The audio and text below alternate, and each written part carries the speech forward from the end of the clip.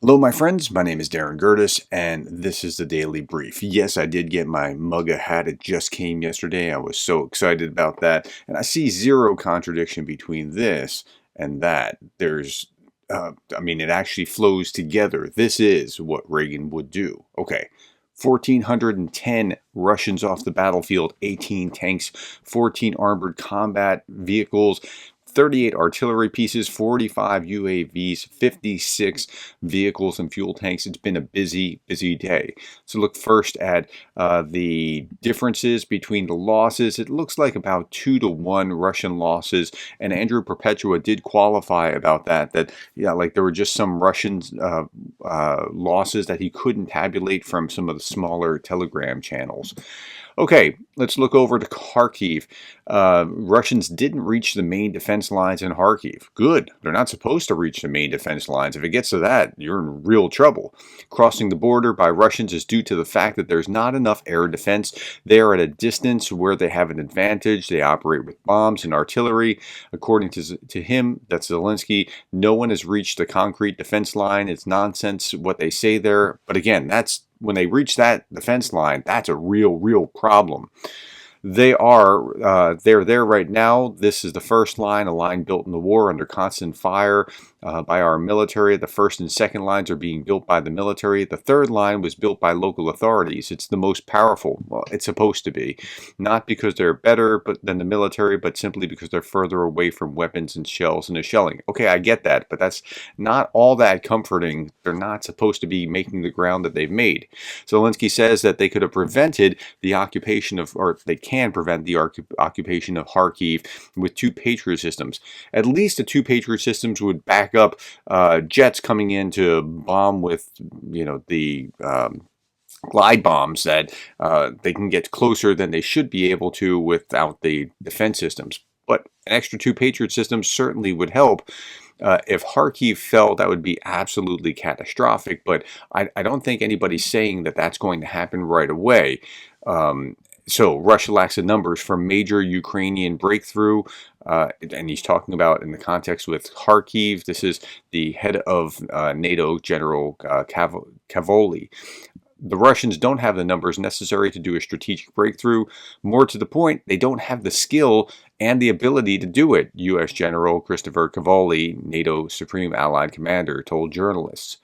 Now, he also went on and said this: Moscow has seized 278 square kilometers, that's 107 square miles of Ukrainian territory between May 9th and 15th. So this is to Russia almost their biggest victory as far as since the very beginning of the war, since the early days, as far as taking ground. That's almost half of the amount of territory that the Russians have seized, according to Shoigu at least, since January 1 to about 3 weeks ago. Okay, they were just bragging about they had taken 200 some odd square miles from January to then. And I did the calculation at the time about that it cost them about 500 Russians off the battlefield per square mile.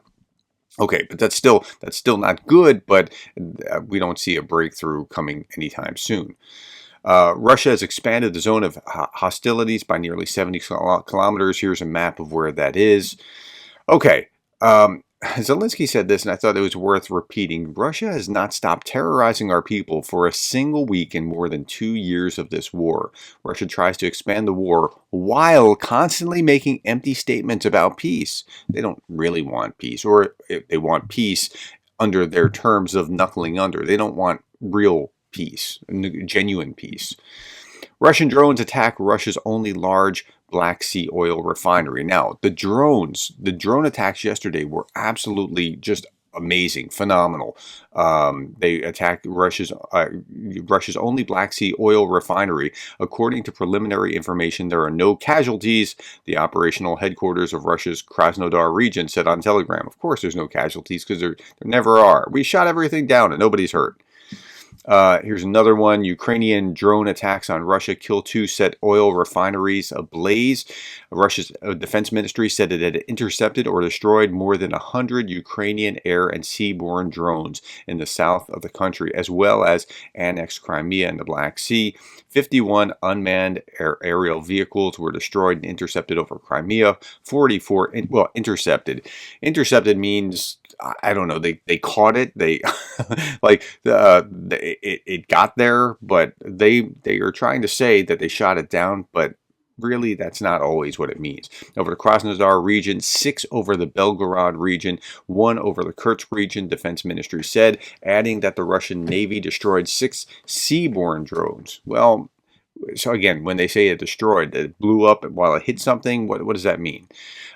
They did admit this, and I thought that was interesting. Meanwhile, Krasnodar governor said that falling drone debris resulted in fires in several locations. Well, if it's debris in a whole package as it's hitting the thing and then becoming debris, sure, because they were actually hitting some things. Okay, Novorossiysk was the first to be attacked at approximately 3:15 local time and continued for 2.5 hours. I mean, there was a pummeling here. Locals claim about 33 to 35 explosions in total. Approximately 15 minutes after that, reports started to appear about drone attacks on Tupansk. The oil refinery was under attack. And we'll see some more. Russian military correspondents published photos of Ukrainian unmanned boats used to attack Sevastopol, Crimea. According to them, all attacks were repelled. No damage was caused. Everything is fine. We won't know the actual answer just yet, but we know that this is happening. So we don't know, like, did they actually hit something or did they not? Were all missing their targets or what? More will come out in time. Noisy night in Russia. Ukrainian UAVs attacked both Crimea and Russia's mainland. In Novorossiysk, the main port, an oil terminal, and Transneft facility were attacked. Public transport and electricity are not working in the city, probably because of all that debris. In Tupansk, an oil refinery came under attack.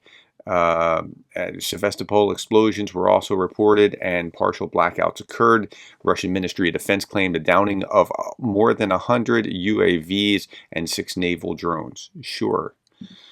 Russian Telegram channels published this video of a drone hitting the oil refinery in Tupansk. Now, you're not going to see the actual explosion, but you'll see the video of the drone flying in the sky unmolested. So, and it's going right toward a refinery. So we're not going to see any actual explosion for YouTube censors. New and better footage of powerful Ukrainian UAV arrivals in Novorossiysk, Russia. It's reported 2 oil depots and 2 terminals were hit. Russian city of Novorossiysk was hit harder than initially seen. This footage from local citizens documents explosions in oil depot. Again, I'm just showing the still. I'm not showing anything, video about this. Massive attack on the port. Ukrainian drones from both sea and air. What remained of the Russian Black Sea Fleet was largely stashed away in this port. Eyewitnesses yelled, "They blew up the port." Again, I'm not showing the video, but wow. Okay, and so the hits keep coming. Anton Gerashenko said it's been over 80 drones. They're flying in a row. It's really crazy. Okay. And finally, not related to drones, Lithuania intends to hand over 6 Amber 1800 surveillance radars to Ukraine.